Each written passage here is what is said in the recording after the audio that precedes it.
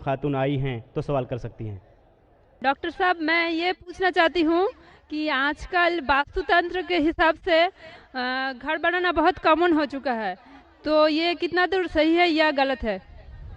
बहन का सवाल है कि वास्तुतंत्र के हिसाब से घर बनाना कितना सही है। ये एक साइंस है जो अभी ज़्यादातर फेमस हो, पहले फेमस नहीं था। कैसे दिशा में रखेंगे तो यहाँ से हवा आएंगे। अगर आप ये साइंटिफिक लेंगे और साइंटिफिक फायदा होता है, क्या खिड़की अगर इस दिशा में, इस दिशा से हवा आ रही है, ज़्यादा सर्कुलेशन, कोई हर्ज नहीं।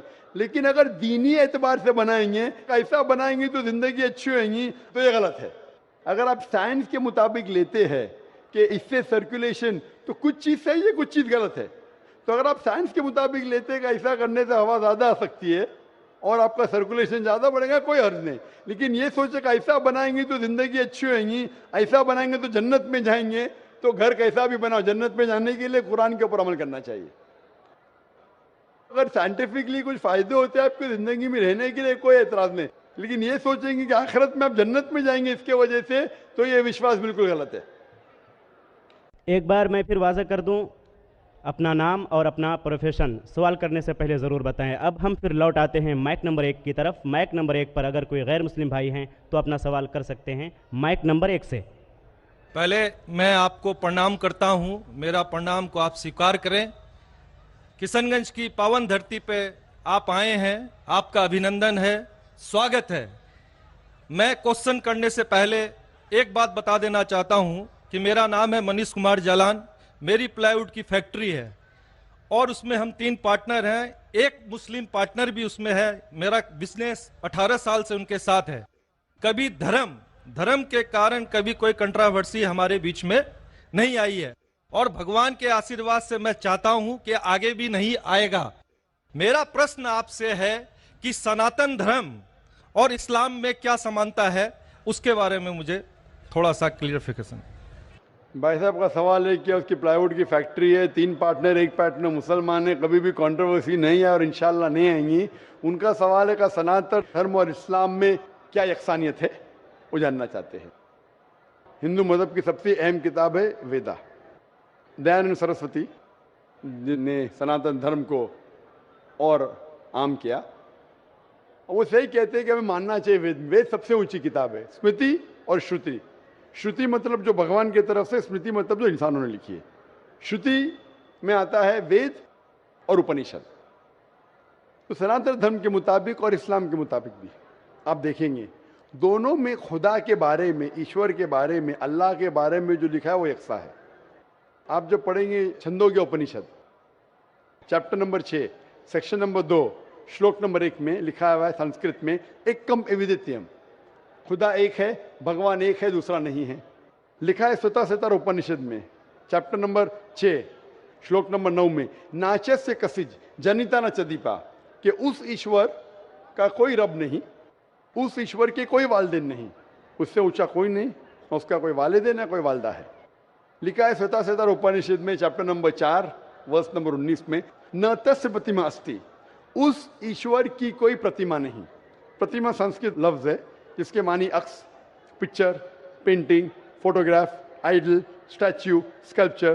तो लिखा है उस ईश्वर, उस भगवान की कोई प्रतिमा नहीं, कोई अक्स नहीं, कोई पिक्चर नहीं, कोई पेंटिंग नहीं, कोई पोर्ट्रेट नहीं, कोई आइडल नहीं, कोई स्कल्पचर नहीं, कोई स्टैच्यू नहीं। आगे जब आप पढ़ते हैं, ये सारी चीजें कुरान में भी लिखी, मैं उसके ऊपर आऊंगा। ये है ईश्वर के बारे में जो लिखा गया है। उसी तरीके से अब आगे जब पढ़ेंगे यजुर्वेद चैप्टर नंबर 40 वर्ष नंबर 8 और 9 में, उसमें लिखा है अंधात्म प्रविशंति या असंबुद्धि उपास्ते। अंधात्म मीन्स अंधकार, प्रविशंति मतलब दाखिल होना, अंधात्म प्रविशंति या असंबुद्धि उपास्ते, वो अंधकार में दाखिल हो रहे हैं जो लोग असंबुद्धि की पूजा करते। असंबुद्धि मतलब नेचुरल थिंग्स लाइक हवा, पानी, आग, जो नेचुरल थिंग की पूजा करते हैं जैसे हवा, पानी, आग, वो अंधकार में दाखिल हो रहे। और वो श्लोक का कंटिन्यू होता रहा है, वो लोग और घोर अंधकार में दाखिल हो रहे जो संभूति की पूजा करते। संभूति मतलब इंसान की बनाई हुई चीजें, टेबल, चेयर, आइडल, मूर्ति, इसकी पूजा करेंगे तो और घोर अंधकार में दाखिल होंगे। और लिखा है ऋग्वेद में जिल्द number 1 hymn number 164 verse number 46, एकम सत विप्र बहुधा विदांते, सत्य एक है, खुदा एक है, एक कम सत्य विप्र बहुधा विदांते। लोग, विद्वान लोग उस ईश्वर को कई अलग नाम से पुकारते हैं, ईश्वर को कई अलग नाम से पुकारते। यही चीज लिखा है कुरान में जो मैंने जिक्र किया हूं, सूरह इसरा में सूरह नंबर 17 आयत नंबर 110, कुलिदुल्लाह विदुर रहमान अय्यमा तदु फलाल उस्मान हसना, चाहे कहो अल्लाह या रहमान, उसे अच्छे नाम से पुकारो, क्योंकि अल्लाह के सारे अच्छे नाम हैं। लेकिन ऐसी कई मिसाल दी गई। ऋग्वेद आप पढ़ेंगे, ऋग्वेद जिल्द नंबर 2 चैप्टर नंबर 1 श्लोक नंबर 3 में पढ़ेंगे, उसमें एक एट्रीब्यूट दिया गया है ब्रह्मा। ब्रह्मा कहते हैं बनाने वाले खुदा को, ब्रह्मा कहते हैं बनाने वाले खुदा को। हमें कोई एतराज नहीं अगर कोई कहता है कि ईश्वर बनाने वाला है, उसका तर्जुमा करते अरबी में हो जाता है खालिक, हमें कोई एतराज नहीं। लेकिन अगर कोई कहता है कि ईश्वर वो ब्रह्मा है जिसके 4 सिर है, हर सिर पे मुकुट है, तो हम मुसलमान उस पर एतराज करते हैं, क्योंकि आप भगवान को अक्स दे रहे और आप Yajurveda chapter number 32 shloka number 3 के खिलाफ जा रहे। ना तस्य प्रतिमास्ति, उस ईश्वर की कोई प्रतिमा नहीं, आपने प्रतिमा दिया तो गलत किया। इसी तरीके से आगे आप पढ़ेंगे, लिखा हुआ है ऋग्वेद में किताब नंबर 6 हिम नंबर 46 श्लोक नंबर 16 में, या एक मुश्ती ही, भगवान एक ही है, सिर्फ उसकी तारीफ करो। और ब्रह्म सूत्र हिंदुइज्म का है, एक कम ब्राह्म द्योत्या नास्ते नैना नास्ति किंचन, भगवान एक ही है, दूसरा नहीं है, नहीं है, नहीं है, जरा भी नहीं है, सिर्फ एक खुदा है, उसके अलावा कोई नहीं है। अगर कोई मुसलमान से पूछेंगे कि सबसे बेहतरीन क्या डेफिनेशन है खुदा की, अल्लाह की, वो जवाब आपको देगा सूरह इखलास सूरा नंबर 112 आयत नंबर 1 से 4, जिसमें लिखा है कुल हुवल्लाहु अहद, कहो कि अल्लाह एक है, अल्लाह समद, अल्लाह जो बेनियाज है, लम यलिद वलम यूलद, ना वो किसी को जना है ना किसी से जना है, वलम यकुल लहू कुफुवन अहद, उसके जैसा कोई नहीं है। ये 4 लाइन का डेफिनेशन है कुरान मजीद में सूरह इखलास सूरा नंबर 112, जिसमें अल्लाह ताला फरमाते कुल हुवल्लाहु अहद, कहो कि अल्लाह एक है, अल्लाह समद, अल्लाह जो बेनियाज है, लम यलिद वलम यूलद, ना वो किसी को जनता है ना किसी से जना है, वलम यकुल लहू कुफुवन अहद, उसके जैसा कोई नहीं। अगर कोई भी चीज को आप कहते हैं खुदा है, भगवान है, ईश्वर है, अगर ये 4 लाइन के डेफिनेशन में उतरता है, हम मुसलमान को कोई एतराज नहीं मानने के लिए कि वो ईश्वर है, कि वो खुदा है। तो ये सनातन धर्म के खुदा एक है, उसका कोई अक्स नहीं, हूबहू मिलता है कुरान मजीद से। लेकिन मैं एक स्टेप आगे जाता हूं, यहां तक के तो सही है, दयानंद सरस्वती ने कहा ईश्वर के बारे में, मैंने मान लिया। मैंने थोड़ी और रिसर्च किया, मैंने कहता हूं मैं दयानंद सरस्वती और विद्वान हूं, और रिसर्च किया हूं। रिसर्च में लिखा है वेद में, पुराना में, कि एक आखिरी अवतार आने वाले हैं। इसका जिक्र दयानंद सरस्वती ने नहीं किया, क्यों नहीं किया मैं जानता नहीं, लेकिन लिखा है भविष्य पुराना, मतलब जो भविष्य के बारे में आपको कह रही है। अगर आप पढ़ेंगे वेद और भविष्य पुराना और बाकी पुराना, कई जगह आखिरी पैगंबर मोहम्मद सल्लल्लाहु अलैहि वसल्लम का जिक्र है। मैं पूरा तफसीर से हवाले दूंगा तो आसान होगा। आप पढ़ेंगे भविष्य पुराना पर्व 3 खंड 3 अध्याय 3 श्लोका 5 से 8 तक, इसमें मोहम्मद सल्लल्लाहु अलैहि वसल्लम का जिक्र है। आगे पढ़ेंगे भविष्य पुराना पर्व 3 खंड 3 अध्याय 3 श्लोका 10 से 27 में मोहम्मद सल्लल्लाहु अलैहि वसल्लम का जिक्र है। अगर आप पढ़ेंगे अथर्ववेद किताब नंबर 20 खंड नंबर 127 श्लोका नंबर 1 से 14 में मोहम्मद सल्लल्लाहु अलैहि वसल्लम का जिक्र है, इसे कहते कुंटब सुक्तास। अगर आप पढ़ेंगे ऋग्वेद किताब number 1 chapter number 53 shloka number 9 में मोहम्मद सल्लल्लाहु अलैहि वसल्लम का जिक्र है। कई जगह पे उनका नाम से जिक्र है और बड़ी तफसील से जिक्र है कल की पुराना में। कल की पुराना चैप्टर नंबर 5, 7, 9, 15 यहां पढ़ेंगे। इसमें लिखा है कि कल युग में, कल युग मतलब आखिरी युग में आएंगे आखिरी अवतार। अवतार जैसा मैंने कहा का मतलब नहीं कि भगवान नीचे आना। अवतार एक संस्कृत वर्ड है जिसका मानी अवत्र, अवत्र मतलब खुदा ने भेजा, खुद खुदा नहीं आ रहा है, it belongs to God, not God himself. इसीलिए इसका कॉन्सेप्ट है मैसेंजर, पैगंबर। तो कल युग में कल की अवतार आएगा, उसके बाप का नाम है विष्णु यास। विष्णु मतलब ईश्वर खुदा, यास मतलब खुदा का बंदा। अरबी में कहीं हो जाता अब्दुल्ला जो मोहम्मद सल्लल्लाहु अलैहि वसल्लम के वालिद का नाम था। उसकी माँ का नाम होगा सुमति, सुमति मतलब अमन शांति। अरबी में कहेंगे आमिना, जो नाम था मोहम्मद सल्लल्लाहु अलैहि वसल्लम की वालदा का नाम, वो पैदा होंगे एक अमन के शहर में जो था मक्का। वो पैदा होंगे ऐसे खानदान में जो उस शहर का रखवाला था, और मोहम्मद सल्लल्लाहु अलैहि वसल्लम कुरैश खानदान में पैदा हुए। पहली वही उन्हें आएंगे एक गार में, एक केव के अंदर। मोहम्मद सल्लल्लाहु अलैहि वसल्लम को सबसे पहली वही आए गार हिरा में रात के वक्त, हम जानते हैं। फिर वो माइग्रेट करेंगे नॉर्थ वर्ड और वापस आएंगे। मोहम्मद सल्लल्लाहु अलैहि वसल्लम ने हिजरत की, मदीना फिर वापस आया। उनके 4 करीब दोस्त होंगे, सबसे पहले 4 खुलफा राशिदीन। ऐसे कई तफसील है। तो खुदा के जिक्र के बाद जो वेद में यकसानियत है, जो कुरान से मिलती है, वो है मोहम्मद सल्लल्लाहु अलैहि वसल्लम का जिक्र। और भी यकसानियत है, ये तो सिर्फ खुदा के बारे में और मोहम्मद सल्लल्लाहु अलैहि वसल्लम के बारे में। और यकसानियत है, शराब मत पियो, जैसा मैंने कहा कुरान में लिखे सूरह माइदा सूरह 5 आयत नंबर 90, शराब मत पियो। मनुस्मृति चैप्टर नंबर 9 श्लोक नंबर 225 में लिखा है, कुरान में लिखा है जुआ मत खेलो, सूरह माइदा सूरह 5 आयत नंबर 90, मनुस्मृति चैप्टर नंबर 9 श्लोक नंबर 225 में जुआ मत खेलो। हिजाब पहनना चाहिए, कुरान में लिखा है सूरह नूर सूरह नंबर 24 आयत नंबर 30 और 31, ऋग्वेद में लिखा है जिल्द नंबर 8 में। इस तरीके से कई यकसानियत, सबसे अहम 2 यकसानियत है पुनर्जन्म, वेद में कुरान में। सबसे अहम यकसानियत खुदा है कि उसका अक्स नहीं है, और मोहम्मद सल्लल्लाहु अलैहि वसल्लम आखिरी पैगंबर है। आप मानते हैं भाई साहब के खुदा एक है? मुझे जानकारी नहीं है। आप मानते खुदा एक है कि नहीं मानते? मुझे जानकारी नहीं है, और अपने धर्म को जो जानता हूं उस हिसाब से हम तो सभी देवी देवताओं को मानते हैं, और हमें मानना भी चाहिए, ये हम जानते हैं। आपके धर्म में सबसे ऊंची किताब कौन सी है? हम तो गीता को मानते हैं। गीता क्या है? वेद का निचोड़ है।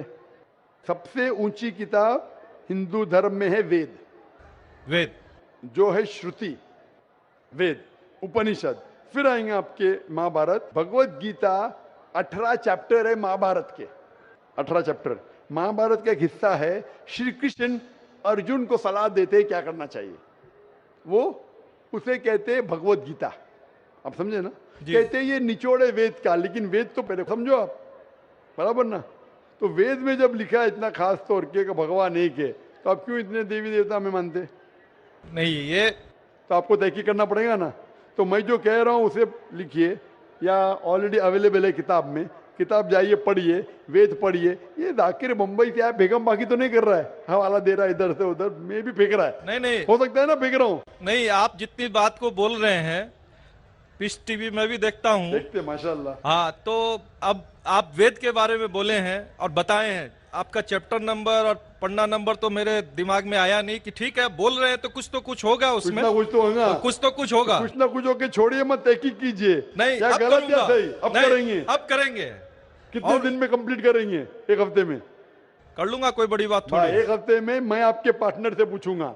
आपने बोला अब तक कंट्रोवर्सी नहीं हुई। मेरा कंट्रोवर्सी होना जरूरी नहीं है, आप उसको अच्छाई की तरफ लेके आओ, वो आपको अच्छाई की तरफ लेके आएगा। कंट्रोवर्सी नहीं करना। अगर आदमी बोला 2 जमा 2 5, अरे जान दे यार, मेरा पार्टनर मुझे ज्यादा पैसा दे रहा है, 5 रुपया दे रहा है, 2 जमा 2 5, गलत है ये। गलत है तो बोलना चाहिए। कंट्रोवर्सी नहीं होना अच्छी बात नहीं, कंट्रोवर्सी होके सच्ची राह पे लेके आना अच्छी बात है। आप समझ रहे हैं? नहीं आपके पार्टनर से कहो, इतने 18 साल से आपके पार्टनरशिप किए, अभी आप 1 हफ्ते में तहकीक करेंगे जाकिर क्या बोलता है, और पार्टनर से डिस्कस करो, बराबर ना? आप ठीक बोल रहे हैं। मेरे पार्टनर का नाम भी मैं बताना चाहूंगा। सैयद मजरुल हसन साहब नाम है उनका। सैयद मजरुल हसन साहब तो लाखों लोग सुन लिए ना। हाँ, तो सैयद मजरुल हसन साहब को और हमारे से 15 साल बड़े भी हैं, मेरे से 15 साल बड़े भी हैं। हाँ। हमारी डिस्कस होती है, सब चैप्टर पर डिस्कस होती है, परंतु मैंने क्या कहा कि हमारे बीच में किसी तरह का कोई भी कंट्रोवर्सी नहीं होता है। और आपने वेद के बारे में बताया, जरूर मैं वेद को भी पढ़ूंगा। कंट्रोवर्सी नहीं है, कंट्रोवर्सी नहीं, यकसानियत है। आज कुछ आपसे लेके जा रहा हूं, मैं देखे नहीं जा रहा हूं, मैं आपसे लेके जा रहा हूं। मेरे मन में जिज्ञासा थी, मैं आपसे क्वेश्चन किया, आपने मेरे क्वेश्चन का जवाब दिया, इसके लिए मैं धन्य हूं। और मैं अपने जो आप वेद के बारे में बोले, मैं जरूर उसको पढ़ूंगा, और 7 दिन में ही पढ़ूंगा इंशाअल्लाह। आप पढ़िए, तहकीक कीजिए, लेके जा रहे, अगर आप कबूल करेंगे तो मुझे देके भी जाएंगे सवाब इंशाअल्लाह। मेरा प्रणाम को फिर स्वीकार करें आप। इसी के साथ मैं अपने शब्दों को विराम देता हूं। माइक नंबर 3 पर अगर कोई गैर मुस्लिम भाई हैं तो अपना सवाल कर सकते हैं। आदाब डॉक्टर जाकिर साहब, मैं पिंटू, मेरा प्रोफेशन स्टूडेंट हूं। मैं बंगाल इस्लामपुर से बिलोंग करता हूं। तो मेरा सवाल आपसे ये है सर कि जो लोग अल्लाह के राह में शहीद हो गए वो जिंदा हैं या के मुर्दा। और सर एक बात इस सवाल में अगर छोटी सी और भी बीच में कोई सवाल पैदा हो तो आप बुरा नहीं मानिएगा। क्या उठने वाला है वो भी मैं जानता हूँ, क्या उठने वाला है वो भी जानता हूँ मैं, क्योंकि मेरा फन है ये सवाल जवाब, मेरा फन है। मैं आपको पहली बार सुन रहा हूँ। क्या उठने वाला है वो भी जानता हूँ, इसीलिए मैं जवाब दूंगा और आपको जवाब भी मिल जाएगा उसके अंदर इंशाल्लाह। भाई साहब का सवाल है कि जो शहीद होते हैं वो जिंदा होते हैं या मुर्दे होते हैं। ये कुरान मजीद की आयत है, सूरह बकरा की सूरह नंबर 2 आयत नंबर 154। इसमें लिखा है कि जो लोग शहीद हुए वो जिंदा है। इसके पस मंजर ये है कि जंग के मैदान में जब जंग होती है मुसलमान और दुश्मनों के साथ, तो जब दुश्मनों कुछ मुसलमान का कत्ल करते, मुसलमान कुछ उनका कत्ल करते, उस वक्त कहा जाता है कि आपके जो लोग मरे वो तो गए, हमारे लोग अब तक जिंदा है। मतलब नॉट फिजिकली, फिजिकली तो लोग मर गए, मर गए मतलब फिजिकली मर गए, डॉक्टर कोई बोलेगा मर गए, तो फिजिकली मर गए। जिंदा मतलब आखिरत में इंशाअल्लाह इन लोग जन्नत में जाएंगे। उसका मतलब ये नहीं कि फिजिकली अलाइव उनको दफनाया गया। जिंदा इंसान को दफनाना हराम है। अगर वो फिजिकली जिंदा है तो दफना थोड़ी सकते आप उनको, दफना नहीं सकते। तो ये कुरान की आयत है, पस मंजर में पता चलता है जिंदा है मतलब आखिरत में उनको इनाम मिल गया, इन लोग जन्नत में जाएंगे, आप लोग दोज़ख में जाएंगे। उसका ये मानिए। अभी सवाल का जवाब पूछ सकते हैं आप। कौन सा सवाल पूछने का? सर सवाल का जवाब मेरा ये नहीं था जो आप दे रहे हैं सर। नहीं, आपका दूसरा सवाल क्या है?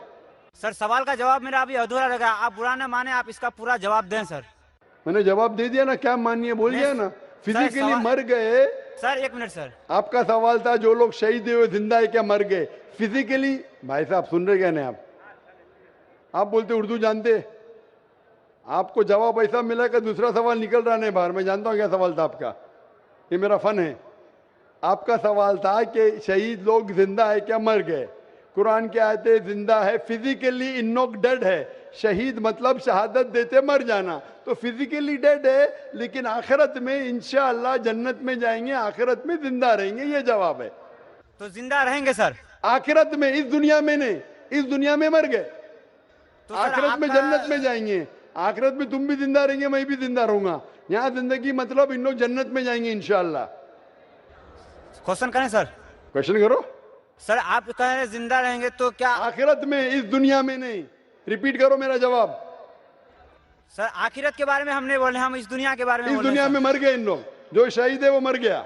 आगे बोलो। तक़ूलू लिमन युक़्तलू फी सबीलिल्लाहि अमवात वल अहयाउ वलाकिन ला तशऊरून। इसका तफसील बताइए सर हमें। अरे वही तो मैंने बोला, मैं जानता हूं आप गैर मुस्लिम हैं। सर गैर मुस्लिम हूँ सर, लेकिन मैं आप गैर मुस्लिम है कि मुसलमान गैर मुस्लिम का नाम लेके सवाल पूछ रहे? सर मेरा नाम पिंटू दास है, बोल दिया हूँ पहले सर। बराबर। आप जो कह रहे हैं मैंने वही आयत की तशरीह दी, हवाला देखिए। आप नहीं समझे तो मैं क्या करूं? नहीं सर, दीदा कॉलेज प्लांटेड क्वेश्चन। आपने सवाल पूछे, मैंने जवाब दिया कि इस दुनिया में वो लोग मर चुके हैं, जिंदा मतलब आखिरत में इन लोग जन्नत में जाएंगे। जवाब साफ है, लेकिन जो चाहते थे आपको वो आपको जवाब नहीं मिला, इसलिए आप फंस गए। अब हम चलते हैं माइक नंबर 2 पर। वहां पर अगर कोई गैर मुस्लिम भाई हैं तो अपना सवाल कर सकते हैं माइक नंबर 2 से। मैं श्यामा मंडल प्राइमरी स्कूल का टीचर हूँ। मैं मालदा डिस्ट्रिक्ट से आया हूँ। मेरा मन में बहुत दिन से कुछ सवाल है मेरा धर्म के प्रति, और जो स्वर्ग और नर्क के बारे में बार बार बोला जाता है, ये सचमुच क्या स्वर्ग और नर्क कहीं पर है? ये मैं जानना चाहता हूँ, या ये डर है जो इंसान को गलत काम करने से रोकता है। इसके बाद मूर्ति पूजा के कारण रामदेव बाबा जी बोलते हैं, श्री श्री रविशंकर भी बोलते हैं कि मूर्ति पूजा, जैसे कि जो मूर्ति है जो अपना कर्म किया है, पहले धर लीजिए कि हम लोग कृष्ण को मानते हैं, तो कृष्ण ने जितना कर्म किया है, अगर हम मूर्ति को देखते हैं तो उसको गुण जो है वो हमें याद आने लगता है। तो ये पॉजिटिव बोलते हैं कि मूर्ति को देखने से उसके अंदर में जो अच्छाई गुण था वो हम में जाग जाता है और हम वैसा ही बनना चाहते हैं, अच्छा बनना चाहते हैं। भाई साहब ने 2 सवाल पूछा है। पहले सवाल ये है कि क्या स्वर्ग और नरक असली में है क्या सिर्फ डर पैदा करने के लिए इंसानों के लिए है? स्वर्ग और नरक असली है, जन्नत और जहन्नम असली है, और असली चीज भी डर पैदा करती है। जरूरी नहीं कि वो बनावटी होना चाहिए, असली है। और इसमें जो लोग गलत करेंगे वो नरक में जाएंगे, जो अच्छा काम करेंगे स्वर्ग में जाएंगे। जहां तक कि दूसरा सवाल है कि रामदेव बाबा और श्री श्री रविशंकर कहते हैं कि श्री कृष्ण को जब उसकी तस्वीर को देखते हैं, मूर्ति को देखते हैं, जो अच्छे काम किए वो याद आते हैं और आप उनके जैसा बन जाते हैं। ये कह रहे श्री श्री रविशंकर और रामदेव बाबा। आप श्री श्री रविशंकर में मानेंगे या वेद में मानेंगे? वेद कहती है, यजुर्वेद चैप्टर नंबर 32 वर्ष नंबर 3, न तस्त्र प्रतिमा अस्ति, उस ईश्वर की प्रतिमा नहीं। लिखा है श्वेताश्वतर उपनिषद में चैप्टर नंबर 4 श्लोक नंबर 19, न तस्य प्रतिमा अस्ति, उस ईश्वर की कोई प्रतिमा नहीं, कोई अक्ष नहीं, कोई फोटोग्राफ नहीं, कोई पेंटिंग नहीं, कोई पिक्चर नहीं, कोई आइडल नहीं, कोई स्टैच्यू नहीं। तो आप श्री श्री रविशंकर की बात मानेंगे या वेद की बात मानेंगे? अगर आप श्री श्री रविशंकर की बात मानते हैं और वेद की बात को छोड़ देते हैं तो आप श्री रविशंकर के चेले बनते हैं, लेकिन वेद के नहीं। मैं भी अगर कुछ कुरान के खिलाफ बात करूं तो मुझे छोड़ दीजिए। मैं हमेशा कुरान का हवाला देता हूं। कुरान अल्लाह की किताब है, तो कुरान का हवाला दे के कुरान की बात करता हूं तो मानो। अगर कुरान को मैं छोड़ दूंगा तो मेरी बात भी मत मानो। जो कुरान और सही हदीस के खिलाफ बात करता है, कितना भी बड़ा आलिम हो, उसकी बात मत मानो। उसी तरीके से मैं जो बात कर रहा हूं वेद की बात कर रहा हूं। तो अगर वेद की बात टकराती है श्री श्री रविशंकर से, रामदेव बाबा से, और मेरा डिबेट हो चुका है श्री श्री रविशंकर के साथ, मेरा डिबेट श्री श्री रविशंकर के साथ हो चुका है बेंगलोर के अंदर। और वो डिबेट देखिए आप, वो डिबेट का मौजू था concept of God in Hinduism and Islam in the light of the scriptures. Means धर्म की जितनी किताबें हैं उनकी रोशनी में खुदा का क्या तस्वुर है इस्लाम और हिंदुइज्म में। और मैंने इतने हवाले दिया वेद के, हिंदू धर्म क्या कहता है। आप वो डिबेट देखिए और आप ही फैसला कीजिए कौन हक के ऊपर है। अगला सवाल माइक नंबर 1 से, अगर वहां पर कोई गैर मुस्लिम भाई हैं। Good evening, sir. My name is Pintu Devnath and I am from Malda, West Bengal. Sir, I am on a BA honors. So I have some question about kafir. So some Muslim men are said, non-Muslim men that they are kafirs. So मैं इसके बारे में आविधानिक अर्थ काफिर का जितना तक जानता हूँ, कुफ्र से आया है ये सब। तो सर इसका आविधानिक अर्थ होता है इस्लाम के गोपनीयता को जो स्वीकार नहीं करता, उसके सत्यता को जो स्वीकार नहीं करता, उसको काफिर कहा जाता है। आप ही के किसी एक चैप्टर में या किसी एक किताब में लिखा हुआ है सर, अगर इस नाम से आपको बचना चाहते हो तो आप इस्लाम कबूल करो या फिर और दूसरा कोई उपाय ढूंढ लो। ये दूसरा कोई उपाय ढूंढ लो, ये सर मैंने नहीं पढ़ा है, लेकिन मैं ये अपने दिल से बोल रहा हूँ। लेकिन सर काफिर का सब ये जो बोल रहा है, जो इस्लाम के गोपनीयता, सत्यता का जो गोपनीयता है, हम जो वो तो हम मैंने कभी अस्वीकार नहीं कर सकते, क्योंकि हमारे बहुत सारे मुस्लिम फ्रेंड्स हैं, हम उसके साथ बहुत अच्छे तरह से रहते हैं, बहुत अच्छे तरह से बिहेव करते हैं, फिर भी हमको as a non Muslim why I should call an काफिर? This is my simple question sir. भाई साहब का सवाल है कि काफिर किसे कहते हैं। खुद ही काफिर का उसने मानी भी दिया, क्योंकि उनने मेरी कैसेट सुन चुकी है और मेरी किताब भी पढ़ चुकी है शायद। इसमें कहा है कि काफिर आता है लफ्ज़ कुफ्र से, जिसका मानी है कि इस्लाम की हक्कानियत को झुटलाना। कुफ्र मतलब ना मानना। इन शॉर्ट काफिर मतलब जो इस्लाम की हक्कानियत को नहीं मानता है, जो नॉन मुस्लिम है। तो अब नॉन मुस्लिम है क्या है? नॉन मुस्लिम है ना, तो अब नॉन मुस्लिम तो काफिर ही कहेंगे ना। और जो आपने आखिरी पार्ट जो बराबर से नहीं सुना, मैंने ये कहा आप चाहते हैं कि कोई आपको काफिर नहीं बोले, आपको क्या गाली लग रही है? काफिर गाली नहीं ना। काफिर मतलब जो इस्लाम को नहीं मानता। इंग्लिश में बोलेंगे नॉन मुस्लिम। अगर आपको गाली लगती है कि काफिर गाली है, एक चीज अगर आपको लगता है गाली है और कोई आपको काफिर नहीं कहे तो इस्लाम कबूल करो, कोई काफिर नहीं कहेगा। ये किताब में लिखा था और कुछ नहीं।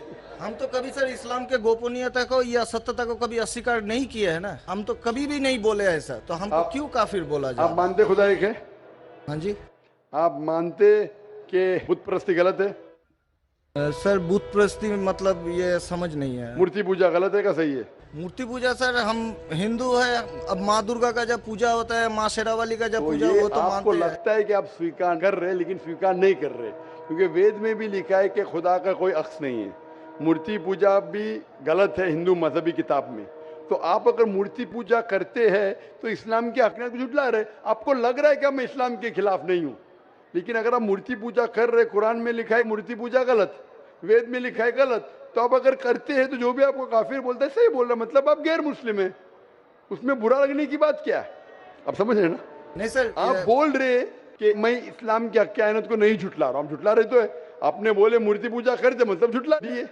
अगर सर मैं इस जगह में कहता हूँ कि मैं मूर्ति पूजा को नहीं मानता तब मैं काफिर नहीं हूँ। अगर आप बोलेंगे मैं एक खुदा में मानता हूँ, नहीं सर, मूर्ति पूजा में नहीं मानता हूँ। एकेश्वरवाद में हम मानते हैं एकेश्वरवाद को, लेकिन सर मूर्ति पूजा का जो बात है, अब शेरावाली की पूजा हो रही है या माता दुर्गा की पूजा हो रही है, वो तो सर झुटला नहीं सकते ना। हाँ, तो ये झुटलाएंगे तो ही आप वेद के करीब जाएंगे, फिर ही आप कुरान के करीब आएंगे। अगर नहीं झुटलाएंगे मतलब आप करीब नहीं है। उसका मतलब अरबी में कहेंगे काफिर, इंग्लिश में कहेंगे नॉन मुस्लिम, हिंदी में कहेंगे गैर मुस्लिम। अरबी, हिंदी, इंग्लिश में नॉन मुस्लिम। अच्छा sir, one more question for me sir, मैं एक नॉन मुस्लिम होकर क्या सर मक्का हज करने जा सकता हूँ? भाई साहब का सवाल है कि वो नॉन मुस्लिम होके मक्का हज करने जा सकते। मेरा पहला क्वेश्चन, आप क्यों हज करना चाहते? जब मानते हैं मूर्ति पूजा गलत। अभी सर मान लिए आपके पास, आप जब बोल रहे हैं तो सही होगा, मान लिए हम। मान लिया, अच्छा तो मैं पहला जवाब देता हूँ फिर आपके पास आता हूँ। मान लिए तो अच्छी बात है। क्यों गैर मुसलमानों को मक्का मदीना जाने की इजाजत नहीं है? क्योंकि हर शहर के कुछ शराइत होते हैं। जैसा कल मैंने कहा था, हिंदुस्तान में कुछ एरिया है जिसे कहते हैं कैंटोनमेंट एरिया। कैंटोनमेंट एरिया मतलब सिर्फ मिलिट्री के लोग जा सकते हैं, civilians not allowed. Civilian not allowed. आप सुन चुके मेरा जवाब, सिविलियन नॉट अलाउड। मैं कहूँगा मैं हिंदुस्तानी नागरिक हूँ, हिंदुस्तानी नागरिक है सही है, कैंटोनमेंट एरिया में अलाउड नहीं है। वो लोग जो अपनी जिंदगी देश को बचाने के लिए लगाए हैं उनको अलाउड है। उसी तरीके से मक्का मदीना हमारा इस्लाम का कैंटोनमेंट एरिया है। वो लोग जो अपनी जिंदगी देने को तैयार है इस्लाम के लिए, वो लोग का अलाउड है, बाकी लोग का अलाउड नहीं है। पहला जवाब। दूसरा जवाब, हर मुल्क में जाने के लिए वीजा की जरूरत है। वीजा मिसाल सिंगापुर में गया था पहली बार 1986 में, इमिग्रेशन फॉर्म में लिखा था डेथ टू ड्रग ट्रैफिकर। अगर ड्रग आपके पास मिला कत्ल। मैं नहीं बोल सकता अरे डेथ पेनल्टी खराब है, सिंगापुर में आने का है, रूल को फॉलो करो वरना सिंगापुर में मत आओ। आप समझे ना? इसी तरीके से हर कंट्री में जाने के शराइत है। अमेरिका जाने के लिए सबसे ज्यादा शराइत है। तुम ये करते, are you a terrorist? Sir जहाँ पर आपको भी रोका, are you a terrorist question है। किसने हाँ लिखा मैं अभी तक जानता नहीं हूँ। किसने हाँ लिखा अभी तक मैं जानता नहीं हूँ। Do you belong to terrorist organisation? अभी तक के मैं नहीं जानता हूँ किसने हाँ लिखा। ये क्यों लिखते पता नहीं मुझे। इसी तरीके से मक्का मदीना जाने के लिए एक अहम शर्त है, सबसे अहम शर्त जो जरूरी है वो ये है कि वो शख्स जो मक्का या मदीना जाना चाहता है वो अपने जबान से कहे ला इलाहा इल्लल्लाह मोहम्मद रसूलुल्लाह, ना कोई माबूद है सिर्फ अल्लाह के और मोहम्मद सल्लल्लाहु अलैहि वसल्लम के पैगंबर है। इसमें अगर आपको यकीन है तो आप जा सकते हैं। नहीं सर, इसमें बहुत एकदम यकीन है, क्योंकि हम जब 4 साल पहले ट्रेनिंग में थे तब हमारा एक दोस्त का दादा हुआ करता था, बड़े भैया से, उसने हमको सिखाया कभी किसी मस्जिद के सामने से जाओ, अगर तुमको कुछ ना आए सिर्फ यही बात बोलो ला इलाहा इल्लल्लाह मोहम्मद रसूलुल्लाह। ये बोलने के अलावा यकीन करते हैं खुदा एक है? हाँ जी। आपको यकीन है कि बुत परस्ती गलत है? आज से तो यकीन हो गया, ठीक है? आप आज से यकीन हो गया, कल क्या किया वो माफ हो जाता है। आप मुसलमान बन के कल क्या किया माफ हो जाता है। तीसरी चीज, क्या आप मानते मोहम्मद सल्लल्लाहु अलैहि वसल्लम आखिरी पैगंबर है? हाँ जी। तो आप मुस्लिम बनना चाहते हैं? अभी ये तो पिताजी और माताजी के ऊपर डिपेंड करेगा। आप बनना चाहते, पिताजी माताजी ने, आप बनना चाहते? हम अकेले बन के सर, वो लोग भी तो हमारे इंशाल्लाह आएंगे। वो आएंगे क्या नहीं अल्लाह ताला उनको पूछेगा। पहले आप कबूल करेंगे फिर उनको लेके आएंगे ना। हम तो तहे दिल से आपका बोल रहे हैं कि हम कबूल करना चाहते हैं। मानते खुदा एक है? हाँ मानते बुत परस्ती गलत है? गलत है। आप मानते मोहम्मद सल्लल्लाहु अलैहि वसल्लम पैगंबर है? आपको कोई भी जबरदस्ती कर रहा है ये कहने के लिए? नहीं। कोई दबाव नहीं? कोई भी आपको रिश्वत दे रहा है? नहीं। आप अपने दिल से करना चाहते हैं? हाँ, तहे दिल से। उसके बाद जिसको भी आप कहने का आप कह सकते हैं। तो मैं अरबी में कहूँगा, हम दोहराएंगे? Why not? अशहदु अशहदु अल्लाह अल्लाह इलाहा इलाहा इल्लल्लाह इल्लल्लाह व अशहदु व अशहदु अन्ना अन्ना मोहम्मदन मुहम्मदन अब्दुहु अब्दुहु व रसूलुहु। उरसुलुहु। मैं शहादत मैं शहादत देता हूँ देता हूँ कि अल्लाह अल्लाह के अलावा अलावा कोई माबूद नहीं कोई माबूद नहीं और मोहम्मद मोहम्मद सल्लल्लाहु अलैहि वसल्लम उसके पैगंबर और बंदे हैं। माशाल्लाह मुसलमान हो चुके।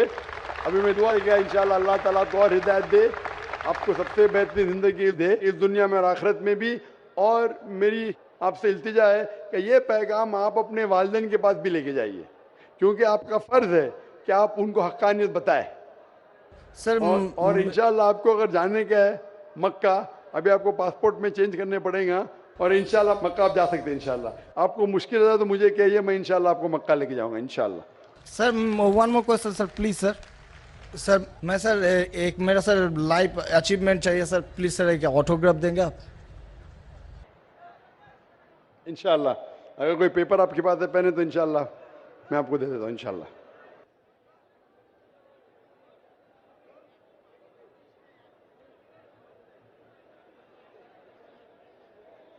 माशाअल्लाह लोग जुर्रत और हिम्मत से काम ले रहे हैं हक़ को जानने के लिए, हक़ को मानने के लिए।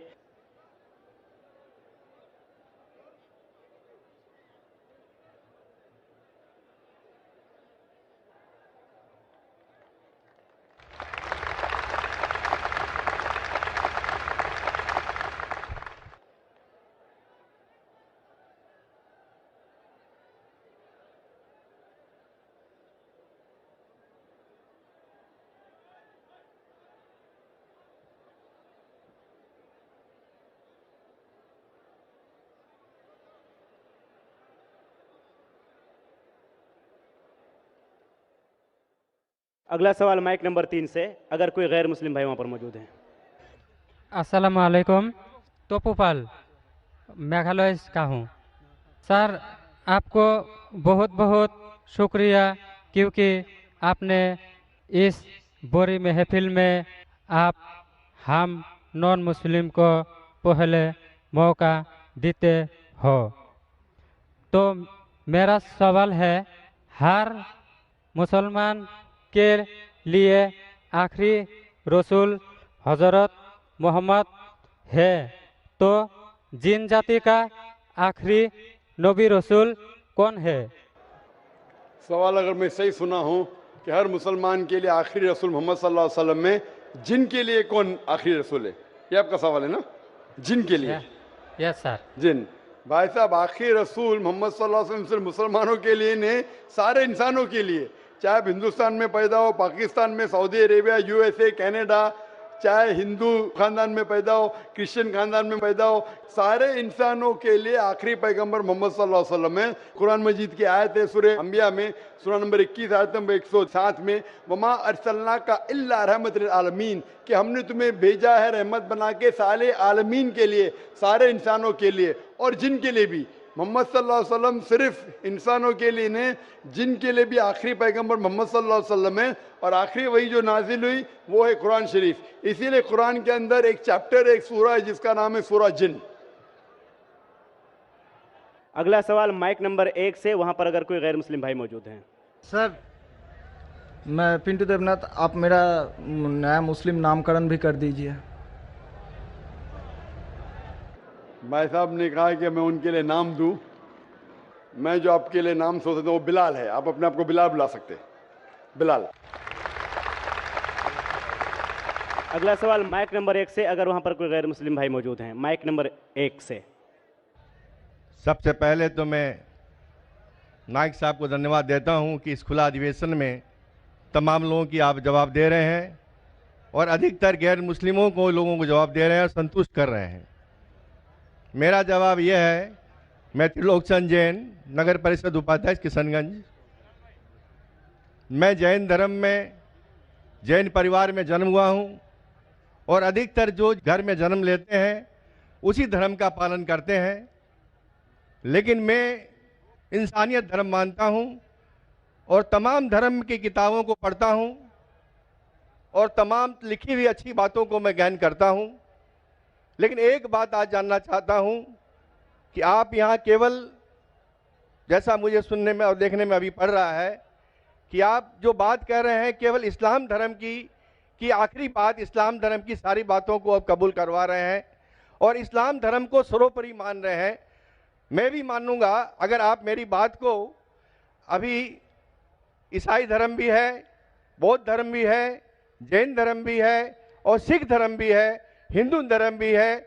और धर्म क्या है? धर्म तो मैं मानता हूं पानी का धर्म ठंडा है, सूर्य रोशनी देता है उसका धर्म है, चांद रोशनी देता है वो धर्म है, हवा का बहना वो धर्म है। ये संप्रदाय है या क्या है, या किसको मानना चाहिए, या जो लोग जहां मान रहे हैं वो अच्छी बात है, या हम नहीं मान रहे हैं तो उसमें हमारा क्या नुकसान है? इसको जरा तमाम बातों को मेरा स्पष्टीकरण चाहिए कि किस धर्म को मानने से और किस बात को मानने से मनुष्य का कल्याण हो सकता है। भाई साहब ने बहुत अच्छा सवाल पूछा है और बहुत अहम सवाल पूछा है।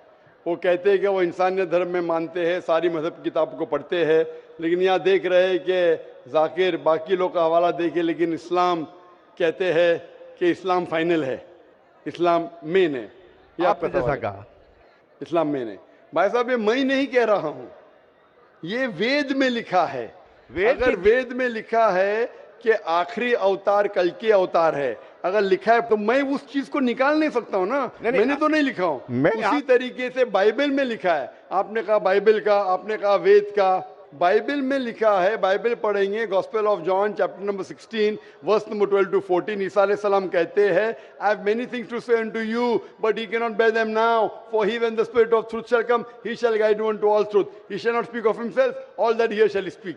ये दे रहे हैं कि एक आखिरी पैगंबर मोहम्मद सल्लल्लाहु अलैहि वसल्लम आने वाले। ये मैंने तो बाइबल नहीं लिखी ना, मैंने तहकीक की। अगर मैं तहकीक करता आप आके बोलो डॉक्टर जाकिर नाइक आप जो कह रहे बाइबल में नहीं है, लेकिन आपने कभी नहीं सुना, आप अजीब बात सुन रहे तो आपको अजीब लग रहा है और बहुत लोग को अजीब लग रहा है। कुछ लोग कबूल करे, कुछ लोग कबूल करने से डरते, फर्क ये है।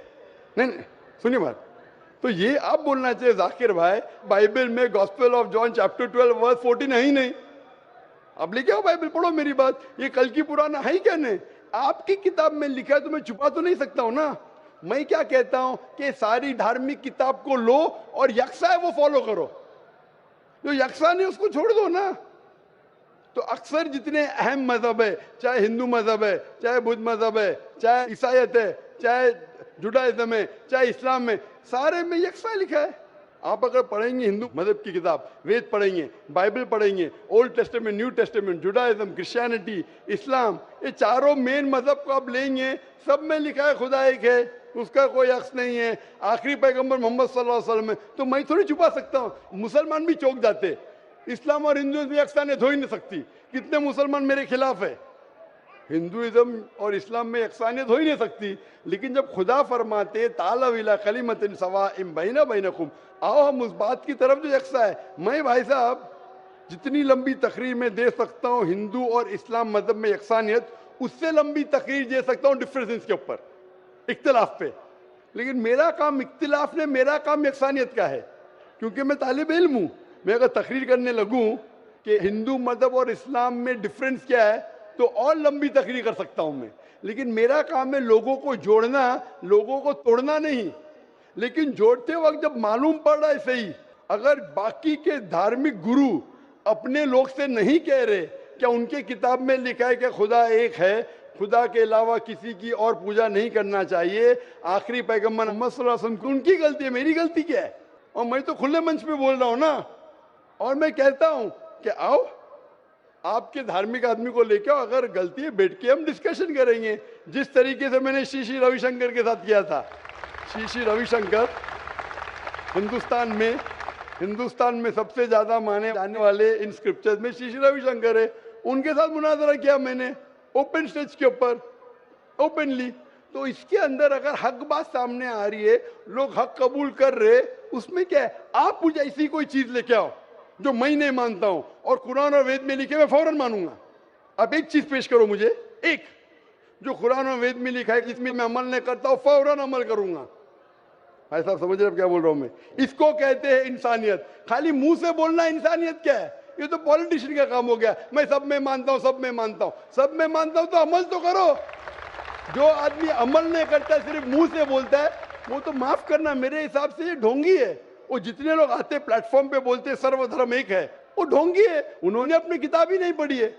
ऐसे ढोंगी लोग से क्या बात करना। मैं हक की बात कर रहा हूं। आप एक चीज मुझे दिखाओ जो कुरान और वेद में लिखी है, मैं फौरन मानूंगा। चैलेंज करता हूं मैं, एक चीज लिखो जो आपके शास्त्र में लिखी और कुरान में लिखी है, फौरन मानूंगा मैं। इसको बोलते जिगर। यंग हूं मैं आपसे यंग हूं, लेकिन जिगर रखता हूं अल्हम्दुलिल्लाह। बड़े मंच पे सिर्फ यहाँ ने दिगर ममालिक में जाके बोलता हूं, इसलिए लोग मुझसे डरते हैं। ये आ जाएगा तो पोल खुल जाएगा भाई, हमारी दुकान बंद हो जाएंगी। लोग बोलते हैं हमारी दुकान बंद हो जाएंगी। मैं जब जानता हूं मैं हक के ऊपर, और जैसा आपने सुबह में कहा था कि लोग विरोध करेंगे अच्छे लोग का, वही बात। मैं हक की बात क्यों, किससे डरना। खुले मंच पे कह रहा हूं, मुझे आजादी है इस देश में। अगर किसी को आने का मुकाबला करने का तो डायलॉग भी करने को मैं तैयार हूं। ऐसा आदमी जिसके पास इल्म है, चाहे हिंदू मजहब का हो चाहे क्रिश्चियनिटी मजहब का हो, कोई भी शख्स जो 10,000 पब्लिक, कोई भी हिंदू कोई भी क्रिश्चियन दुनिया में जो अपने खुद की तकरीब पे 10,000 लोग को गैदर कर सकता है। यहाँ माशाल्लाह कितने लोग हैं, यहाँ तकरीबन 5-10 लाख लोग हैं बराबर। सिर्फ 10,000 अपनी तकरीब पे अगर वो जमा कर सकता है और मुझसे मुनाजरा करना चाहता है, मैं तैयार हूँ। कोई आलतू फालतू रस्ते वाले से नहीं, 10,000 लोग को अपनी तकरीब पे जमा कर सकता है वो, और मुझसे मुनाजरा करना चाहता है, मैं तैयार हूँ। क्योंकि मैं हक की बात करता हूँ। खाली बोलना सर्वधर्म क्या है। मैं सच्ची में लोग को एक करने चाहता हूं, जो कुरान में लिखा है, जो वेद में लिखा है, जो बाइबल में लिखा है। वाकई ये मानना पड़ा कि उठ के अब बज़्म जहां का और ही अंदाज है, उठ के अब बज़्म जहां का और ही अंदाज है, मशरिको मगरिब में तेरे दौर का आगाज है। माइक नंबर 2 पर अगर कोई गैर मुस्लिम भाई हैं तो अपना सवाल कर सकते हैं। सर मैं कहना चाहता हूँ कि जो वर्दी पहनते हैं वही क्या देशभक्त होते हैं। मेरा कहना आप समझ रहे हैं।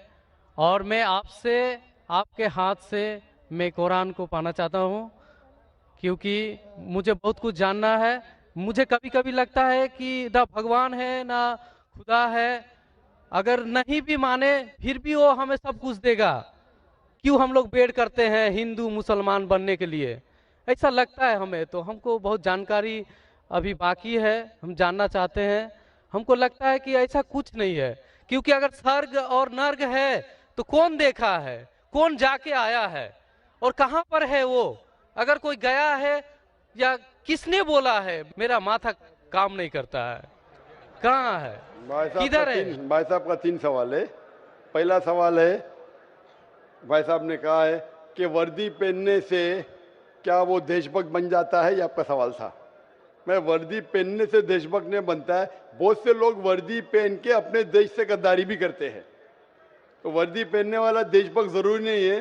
जो अपने देश की रक्षा करता है और देश के लिए काम करता है वो सही इंसान है। वर्दी जरूरी नहीं, वर्दी है या नहीं है वो कुछ अहम क्राइटेरिया नहीं।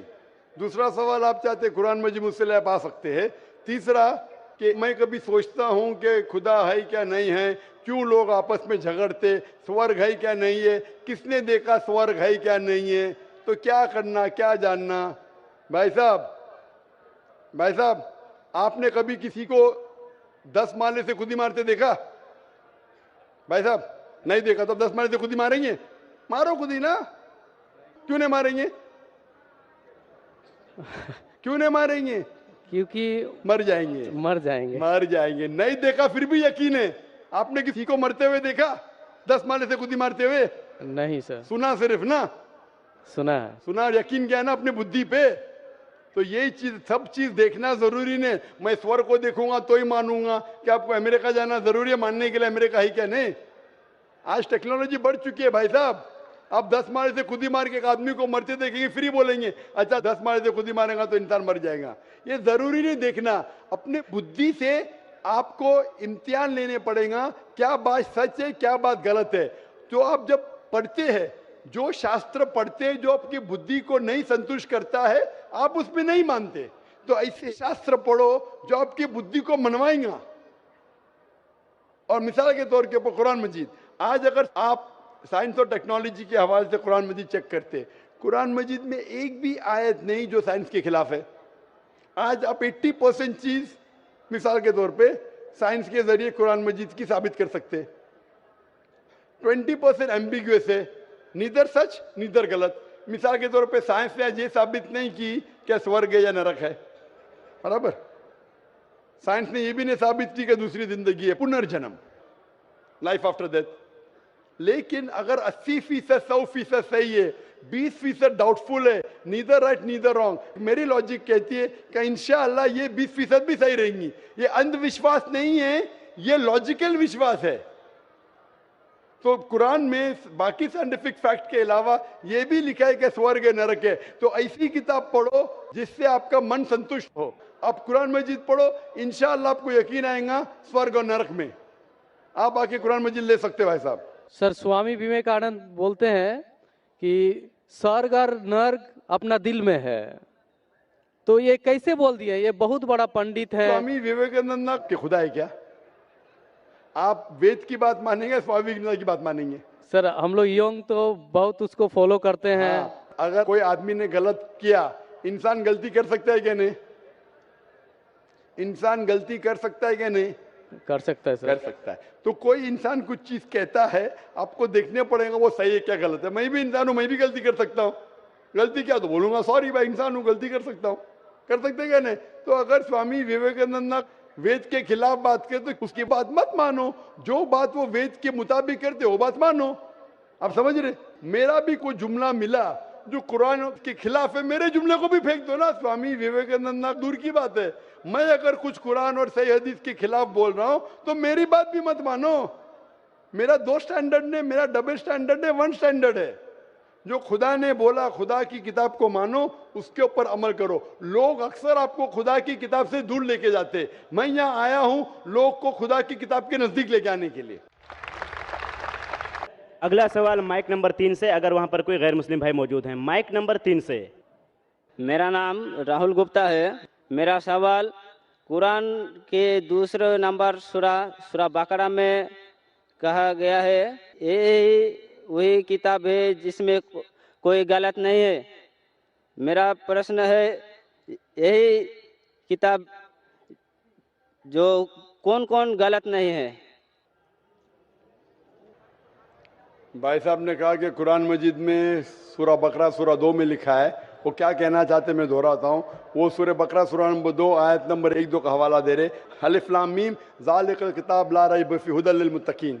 मतलब ये किताब वो है जो हिदायत बिना डाउट, बिना शक है वो लोगों के लिए जो तकवे वाले हैं।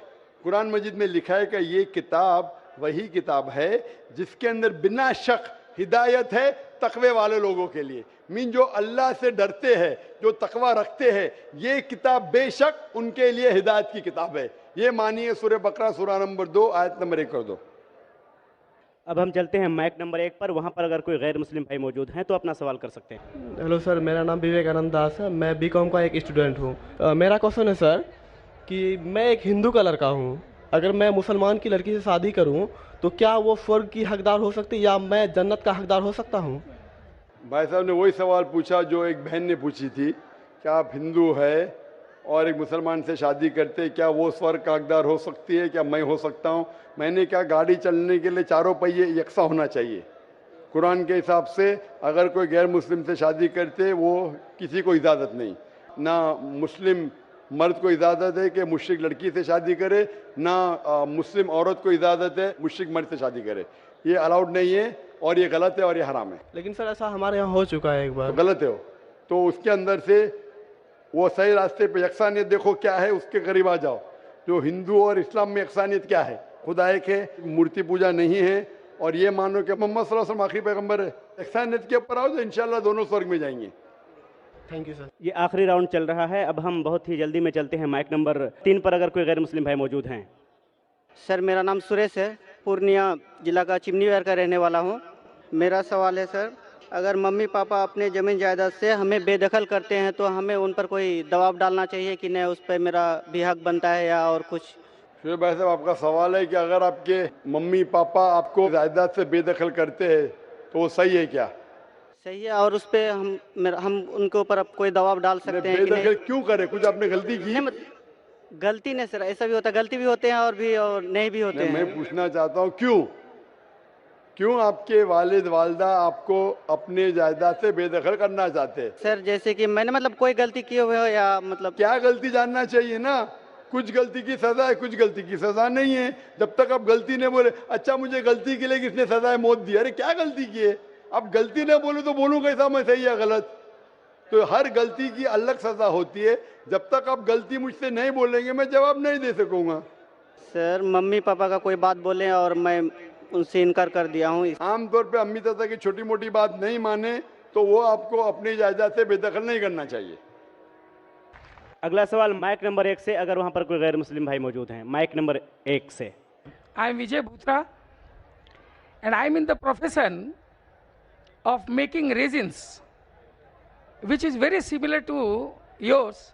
We make chemicals which bonds certain plywood. So मैं भी जोड़ने का ही काम करता हूँ जो आप by way of your spiritual. I had been to airport, we received you. I had been here yesterday. I was today again in your conference. And I am here right from beginning. During the entire session, what conclusion I have arrived from your lectures about 3 things. You have told Murti Puja is not acceptable. That is what I gathered from your. It is not acceptable even in the Vedas. You have quoted certain rituals, certain this one. आए तो मैंने वहाँ की कुछ श्लोकें आपने पढ़ी. Let me tell you, I am not aware of the Vedas and Upanishads. I am aware of little bit of Bhagavad Gita, which we take it priority even if much more weightage than the Vedas and Upanishads. Then you have told yesterday that other than Quran, please excuse me, I am not underestimating Holy Quran. Not at all, my intention is not at all there. But you have told Keval Quran He, you have added the word yesterday, He is the law of today which can rectify the people today. You have undermined the entire others, not even Bible, even Gita, everything. Nothing is relevant today, only Quran is relevant. I am coming to sir.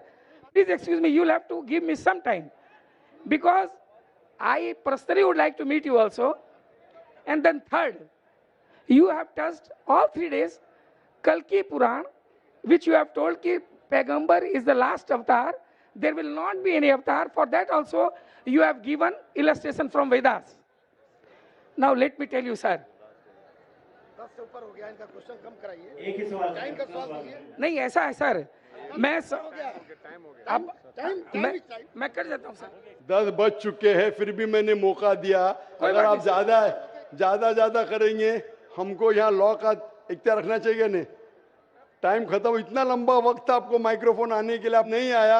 10 बजने के बाद आप खड़े होते और इतना लंबा सवाल पूछते. मैं जवाब देने को तैयार हूं. अगर पुलिस इजाजत देती मैं देता हूं. कोई बात नहीं. Let my question be incomplete and let the answer be not But why there. are you coming so late? I am sorry for this. See, my turn didn't come. Complete your question. Complete your third question. No, if you permit, if you the everything but is saying, no problem. बहुत बहुत शुक्रिया. अब हम doctor साहब की खिदमत में ये शेर पढ़कर इस मजलिस के सवाल जवाब का सिलसिला ख़त्म करते हैं कि निगह बुलंद सुखन दिल नवाज जहाँ पुरसोज, यही है रख्त सफ़र मीरे कारवां के लिए. लेकिन इस मजलिस कल इंशाअल्लाह भाई साहब पहला सवाल जवाब दूंगा आपको. कल first question you ask. Yes. First question, inshallah. Thank you. I want to reply to you in public. Thank you. In public, not privately. I am also going to put the questions in public, sir. Inshallah. I also put my question, entire question, tomorrow in public, sir. Thank you. Thank you. आप लोग शांति का माहौल बना रखें. अगर आप लोग doctor Zakir Naik साहब से मोहब्बत करते हैं तो मोहब्बत का मतलब होता है उनका एहतराम करना और उनको तकलीफ़ न पहुंचाना. कोई ऐसी हरकत न करें आप लोग जज्बात में आकर के, मोहब्बत में आकर के कि जनाब डॉक्टर जाकिर नाइक साहब को तकलीफ़ पहुँचे. आखिर में हम तौहीद एजुकेशनल ट्रस्ट किशनगंज के चेयरमैन जनाब मोतियुर रहमान साहब से गुजारिश करते हैं कि आएँ और आखिरी कलिमात शुक्राने के साथ पेश करें और इस मजलिस के अख्ताम का ऐलान करें. जनाब मौलाना मोतियुर रहमान मदनी साहब, chairman Tauheed educational trust Kishanganj, organizer रूहे रवां किशनगंज पीस कन्वेंशन. बिस्मिल्लाहिर्रहमानिर्रहीम. अल्हम्दुलिल्लाहि रब्बिल आलमीन व सल्लल्लाहु वसल्लम अला नबिय्यिना मुहम्मद व अला आलिहि व सहबिहि अजमईन अम्मा बाद क़ाल अल्लाहु तआला लइन शकरतुम लअज़ीदन्नकुम व लइन कफ़रतुम इन्न अज़ाबी लशदीद। आप अगर शुक्रगुजार हैं तो अल्लाह आपको और मज़ीद नवाजेंगे। ख़वातीन व हज़रात, आज का दिन किशनगंज के लिए एक दूसरा तारीख़ी दिन साबित हुआ। किशनगंज पीस कन्वेंशन का दूसरा ये दिन था। बहुत पुरअमन और शांति के साथ हमारा ये आज का प्रोग्राम इख्तिताम पजीर हो रहा है। मैं अल्लाह रब्बुल आलमीन के शुक्रगुजार हूँ, फिर हमारे मुहतरम डॉक्टर ज़ाकिर नायक हफ़िज़हुल्लाह का, और उसके साथ साथ हमारे ज़िला के प्रशासन का बहुत ममनून और मशकूर हूँ कि वो हमारे साथ हर मोड़ पर हर तरह की ताउन फरमाएँ। और मैं आप सामीन का भी बहुत बहुत शुक्रगुजार हूँ कि आप शांति और पीस के साथ आज का ये प्रोग्राम सुने। मैं कल इंशाअल्लाह आप लोगों का इंतज़ार करूँगा, लेकिन गुजारिश होगी आप लोगों से कि पुरअमन और शांति के साथ आप आएँ इस प्रोग्राम में। इन्हीं चंद कलिमात के साथ मैं अपनी बात को ख़त्म करता हूँ इस दुआ के साथ, सुब्हानक अल्लाहुम्मा व बिहम्दिका अशहदु अल्ला इलाहा इल्ला अंत अस्तगफिरुका व